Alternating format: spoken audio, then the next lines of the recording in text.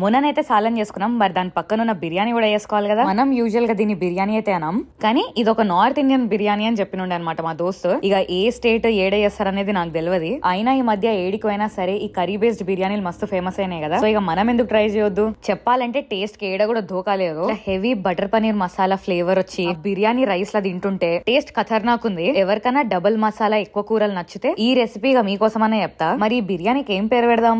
North Indian biryani by south Indian ఎట్లుంది? ఇదేం నా సొంత తెలివి కాదు, ఈ పేరు కూడా ఇంకొక దోస్తు చెప్పింది. బాతకాని మొత్తం కూడా పక్కన ఇడిచిపెట్టేసి ఇక ఉత్త ఈ బిర్యానీ గురించి మాట్లాడదాం. క్వాంటిటీ మొత్తం కూడా 4-5 పీపుల్ కి చేసింది, అందుకే ఇట్లా హెవీగా కనిపిస్తుంది. రెసిపీ మొత్తం క్లియర్ గా డిస్క్రిప్షన్ బాక్స్ లో అయితే పెడతా.